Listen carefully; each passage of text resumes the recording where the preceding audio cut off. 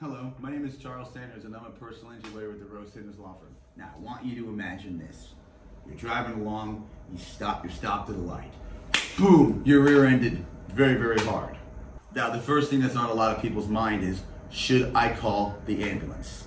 Now, today we're going to discuss the pros and the cons of calling the ambulance. Pro, if you're really injured and you have no one to take you to the hospital, this is the best bet. Con, it's expensive. So if you could avoid taking the ambulance, I would say do it. However, it all depends on the type of symptoms that you are displaying. If you're displaying things such as blurred vision, trouble seeing, obviously don't take the ambulance. But if you're just having some radiating neck pain or some hip pain, go ahead and see if you get someone to drive you to the hospital. The reason for this is, at the end of the case, you're gonna have to pay for the ambulance visits.